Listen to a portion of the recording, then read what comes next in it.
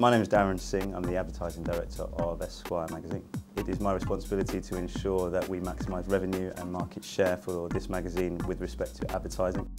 A typical day will involve speaking with the team regularly depending on the briefs that they've received in and where they are in current negotiations. There's obviously lots of involvement with the publisher, keeping her up to date on where we are with revenue streams and market share, if there are problems with any specific clients. The manner in which we work with clients is very much on a bespoke basis. So depending on the client, they may have certain needs, certain requirements, certain targeting.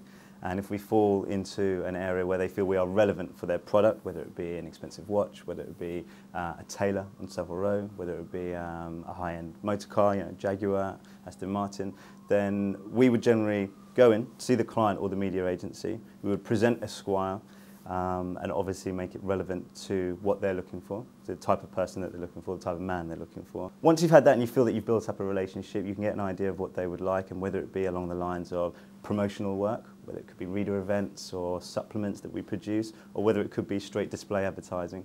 And we will take the brief, we will discuss, and then pretty much most of the time, once there is a buying signal that they want to use your magazine, it will be at what cost.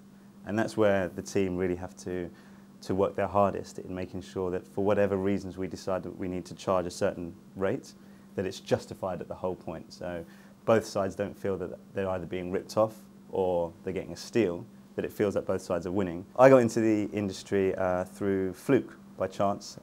I'd finished university at Leeds. I'd been studying civil engineering and architecture, so something a million miles away from where I am now. But travelling in Australia, I needed some money. I was living in Sydney, so I got in contact with a company called Murdoch Magazines and ended up selling or renewing subscriptions, should I say. So on return back to England, I got a job in media sales, just with some small titles. I enjoyed it very much. I had the opportunity to go to News International, which was the Times and Sunday Times. I was there for 3.5 years, which I enjoyed immensely. And then an opportunity to come and work on a magazine like Esquire. I had the fashion element, the lifestyle element. It was part of my age when I felt that, actually, I think this could be a great move for me. And it'll be 5 years in May that I've been here, and it's been a pleasure. I've really, really enjoyed it. Well, there doesn't seem to be a traditional path into the sales side.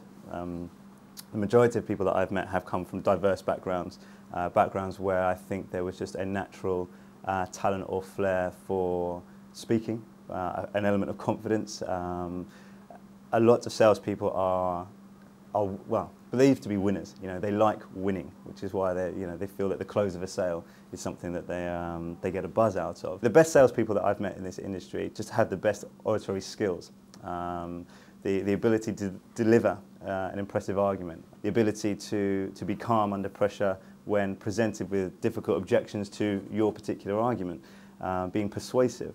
But there isn't a specific type. You just need to be confident. You need to be able to express oneself. You need knowledge of your medium, obviously, but that can come with time. And then I think really it's those who try it for the first 8 months to a year really know, litmus paper type test, whether they are going to enjoy it and they'll move on, or they say this isn't for me, and perhaps they'll search for another area within the media industry.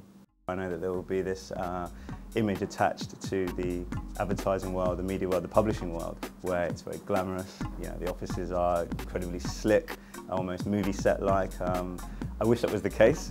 It's certainly not. We have an open plan office, and we have some great people who work here, and the atmosphere is very bubbly and lively, and it needs to be in a sales environment.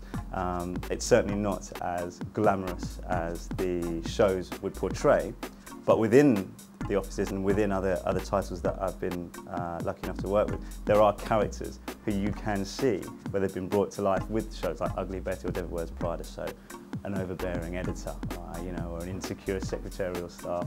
And it's those, I guess, interdependencies of relationships that make the job exciting, but certainly not Hollywood style.